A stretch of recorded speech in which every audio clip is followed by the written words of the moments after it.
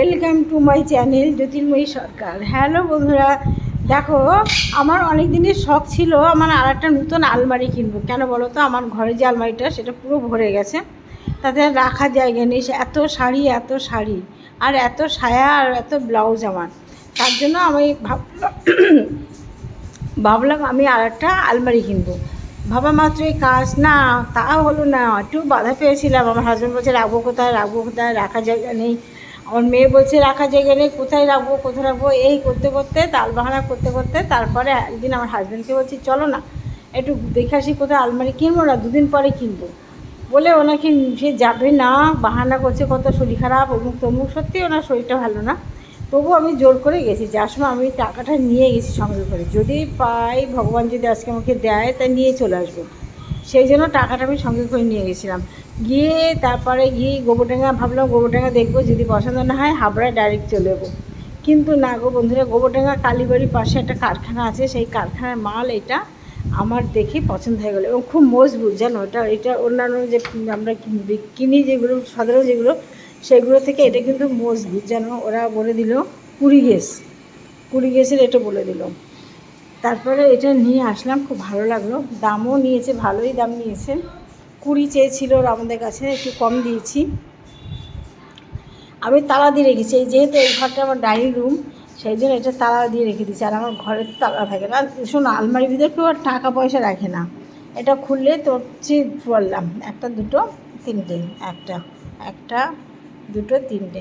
এখন শোনো, কেউ আলমারির ভিতর টাকা পয়সা সোনা দানা কেউ রাখে না, বুঝেছো?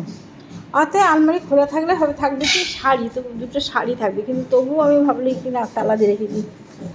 আমার যা পোস্টার আছে বলার মতো না, আলমারি তলায় গিয়ে লুকিয়ে থাকে।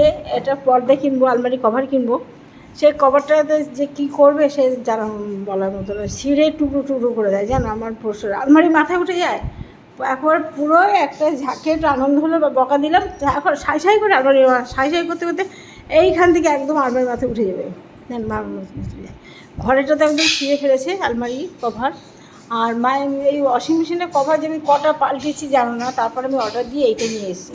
প্লাস্টিকগুলো সব ছিঁড়ে দেয়, একদিন কিনবো সপ্তাহের ভিতরে সে ছিঁড়ে যায়।